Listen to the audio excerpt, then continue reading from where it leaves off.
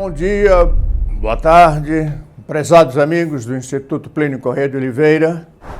Continuando com a história da Revolução Francesa, nós estávamos nas Tulherias, em Paris, em junho de 1791, quando o rei volta de Varennes.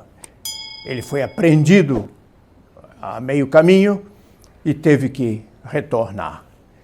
Grande derrota para ele. Sobretudo a rainha sofreu muito. Maria Antonieta o aconselhava, dava a ele opinião várias vezes para que chegassem ao fim da sua trajetória, quer dizer, que fossem para a Bélgica, onde ele reuniria os amigos para sair da prisão na qual ele estava, porque as Tulherias eram, de fato, uma prisão. Eles voltam, nós já vimos a entrada trágica em Paris, como se fosse um cortejo fúnebre, os soldados apresentando armas com a coronha voltada para cima, o que é uma humilhação, uma desfeita. Ele era o chefe de Estado, senhor do povo francês, senhor da França. O rei, nos próximos dias, nós vimos também cair em abatimento profundo, coberto de vergonha. Ele viu que não agiu como deveria agir. Quase não come, recolhe-se em seu quarto, silencioso, cortês, mas quase não fala com as pessoas. Maria Antonieta tem pena dele. Vai animá-lo. Eu já, a última vez, relatei as palavras de animação que ele usou para levantar o rei, a moral do rei. Maria Antonieta demonstrava compaixão, pena. Ela tinha pena de seu marido, o rei, que não a ouviu em nada durante o período trágico da fuga, aqueles 4 dias da fuga, 4, 5 dias da fuga, mas ela tinha pena dele. Pena, compaixão. Vejamos um pouco do papel da Igreja Católica na Revolução Francesa. A compaixão tinha sido dada ao povo francês no último milenário, através das ordens religiosas. No mundo pagão, a França, a Gália, dominada pelos romanos até Paris, os romanos não conheciam a pena nem a compaixão. O pobre era abjectus, jetado de lado, posto de lado. Foi a igreja que fundou os hospitais, que fundou os orfanatos. Foi a igreja que alimentava os pobres e teve pena deles. Ordens religiosas inteiras tratando dos doentes. O que é o doente senão um pobre de saúde? Tudo gratuito. A igreja pedia esmolas, quer dizer, cuidando dos pobres, a igreja adotou para si a pobreza, o voto de pobreza dos padres, dos clérigos, dos sacerdotes, dos monges. Isto trouxe confiança ao país. Isso trouxe para a Santa Igreja Católica um prestígio muito grande. Na Revolução Francesa era a violência, era o levante popular, a revolta. E Maria Antonieta punha ainda no rei, derramava umas gotas de ouros da compaixão, porque ela herdara da Igreja Católica a ideia: o pobre é sagrado. Cuidar do pobre no reino, até no fim do antigo regime, era sagrado. Havia lugares para eles nas casas dos particulares, além dos inúmeros conventos e hospitais. Por que essa violência? A violência, mais uma vez, o papel da igreja era fruto, era resultado da corrupção moral. Toda corrupção moral, ela leva ao sangue. O sangue é a moeda vermelha com que se paga a perda da moral. O dever, quando se cumpre o dever é a caridade. Eu tenho o dever, todos têm, de não mentir, é uma consideração para com o próximo. De não roubar, é uma consideração para com a propriedade do próximo. De não cobiçar a mulher do outro, do próximo, é uma consideração para com ele. Isso traz uma harmonia social, o cumprimento do dever cristão, e que se chama caridade. Agora, os maus costumes excitam, mente, rouba, traiciona.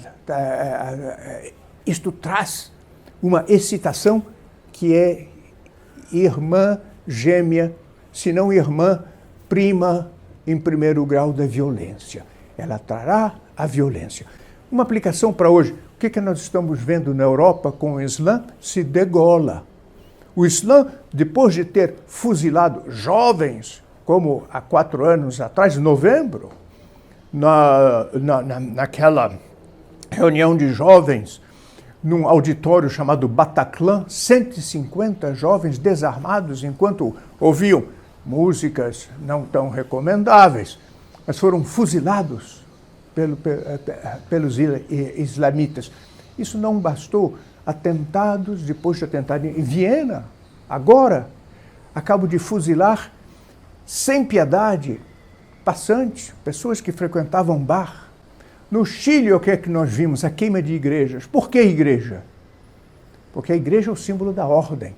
E eles querem a desordem total, partindo da corrupção moral à qual se entregaram. Na Europa, é Alá. As vítimas são imoladas para satisfazer Alá. É o que proclamam os muçulmanos. No Chile, é Satanás diretamente. Claramente, as fotografias, os relatos mostram, eles querem a igualdade total e em nome de Satanás. Esta violência, continuando com a corrupção moral como está, que hoje ela entra até nas fileiras sagradas do clero católico, escândalos depois de escândalos. O clero, que é a luz do mundo e o sol da terra, já não ensina. Foi assim que aconteceu na Revolução Francesa. Aliás, nós vimos a preparação da Revolução Francesa.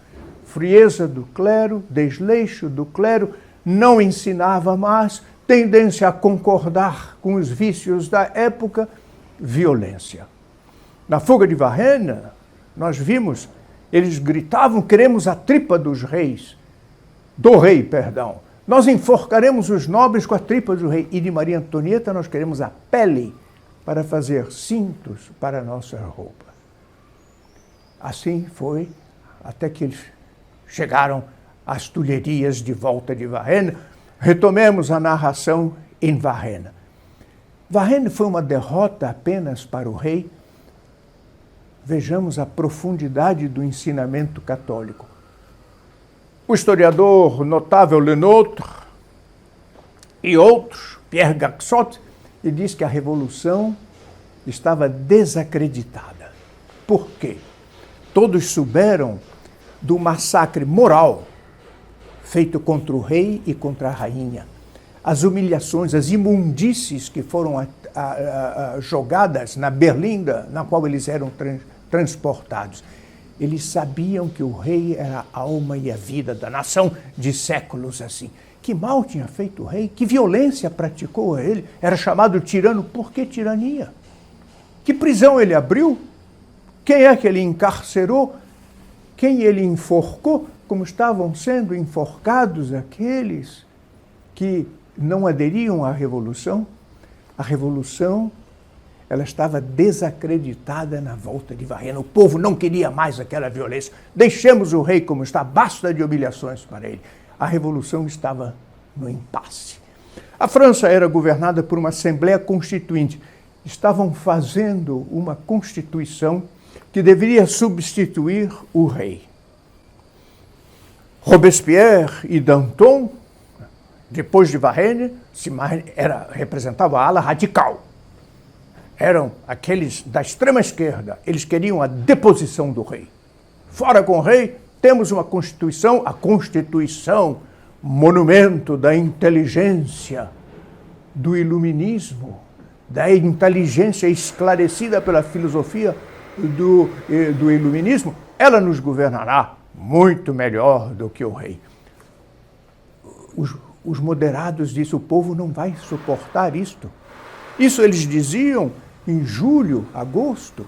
O povo não quer isto. O povo quer sossego. sossego. Os deputados da Assembleia Constituinte estavam cansados de tanta agitação, mortes, tropelias. Os moderados, então, diziam: o rei foi raptado, ele não fugiu.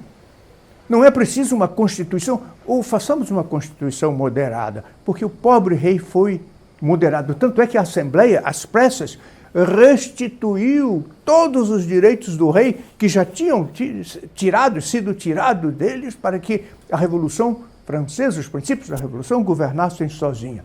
Restituição dos direitos do rei. Um mês de calma. O povo se habituou à calma quando os radicais, Danton, Robespierre e outros, Marat, propõem um abaixo-assinado. O povo deve fazer um abaixo-assinado para substituir o rei pela Constituição. E convocam o povo para vir, primeiro, na praça onde tinha sido a Bastilha estava demolida. Depois, no campo de Marte, onde o povo solenemente assinaria esse pedido de deposição do rei sobre o altar da pátria. Era preciso um simulacro de cerimônia. De tal modo o povo era habituado às grandiosidades do reino. Grande multidão aparece no Campo de Marte. O Campo de Marte está lá até hoje. É imenso, um tanto vazio, cercado de árvores, mas em pleno centro de Paris. Ele vai da Torre Eiffel, às bordas do Sena, até a escola militar, que já existia, o mesmo prédio está ali, da escola militar, cavalariças ainda estão lá, resultado daquele tempo, e vários outros salões e salas para a administração militar de Paris. Era domingo, 17 de julho de 1791. Os curiosos foram. O que vai acontecer? Eu não quero assinar, eles diziam. Por que depor o rei? Basta. Havia agitadores, como sempre, com um mau fermento na massa que incitavam todos a assinar. Lafayette, o Marquês de Lafayette, traidor. Ele era nobre, fingia amigo do rei, mas é ele que cuidava a prisão do rei nas Tulherias. Lafayette se opôs. Enviarei meus soldados. Esse protesto será dissolvido pela mão armada. E pôs um grande número de soldados lá. Ora, o povo que estava habituado desde 1788 a fazer o que queria, sem repressão nenhuma, sem que a Guarda Civil, seria a Guarda Nacional, tomasse providências para evitar invasões, incêndios, depredações e furtos em toda parte, casas particulares e negócios, estava em massa. E o povo viu, sobretudo os agitadores, aqueles soldados começaram a jogar pedra neles, apedrejar os soldados. Primeiro eles respondem dando tiro ao ar. Quando eles dão um tiro ao ar, da multidão partem tiros contra eles. Alguns soldados são atingidos. E aí eles disparam por ordem de Lafayette e é uma fuzilaria. Debandada geral, como sempre, ainda acontece isso hoje no Brasil, em toda parte, exagero o número de mortos. Na multidão houve 50 mortos, não mais do que isso. E entre os soldados, 7 ou 8, não mais do que isso. Terminada aquele corre-corre, o Campo de Marte, com cadáveres, sangue. Havia mulheres, havia crianças que fugiram, deixando seus pertences e suas roupas ali. Foram instalados processos. Quem é que provocou esta reunião, este ajuntamento em Campo de Marte? Foi Robespierre, foi Danton. Danton tem que fugir. Ele deixa Paris, se refugia na Inglaterra. Robespierre, ele era muito mais próximo aos ideais revolucionários, ele fica, ele não foge. Volta a calma, as famílias passeiam, os restaurantes se abrem e todos pensam que os bons velhos tempos retornarão. É quando a Assembleia Constituinte apresenta ao rei a Constituição para ser assinada, que vergonha para o rei. Ele assinar a Constituição seria renunciar aos próprios direitos. Mas como havia paz, o rei dizia, aproveitemos a paz, quem sabe eles não mais farão revoltas, quem sabe não haverá mais agitação. Ele assina a Constituição. Ele vai solenemente à Assembleia Constituinte e a assina. Depois de assinar, ele declara que vergonha, está tudo terminado. Maria Antonieta, de cabeça baixa, ele dizia, como pode a monarquia ser abolida? Era uma espécie de abolição pelo próprio rei. No campo de Marte, aquele corre-corre, aquelas mortes queriam a abolição do rei, não conseguiram, e agora é o próprio rei que assina a Constituição. Mas os moderados e mesmo os radicais estavam contentíssimos. Nesse dia em que o rei assinou, Robespierre foi coroado com uma coroa de louros, porque ele tinha obtido que o rei não mais governasse sozinho a França. A Constituição, monumento, como eu disse, do iluminismo, da inteligência e da razão, era inaplicável. Não se podia governar nem mesmo uma pequena colônia com aquela Constituição feita às pressas, escritas com tintas de ódio, desejando apenas a destruição. E a França, então, sem o rei era um rei constitucional, fisicamente ainda estava lá, mas sem poderes. A França afunda no caos. Este caos veremos em nossa próxima emissão.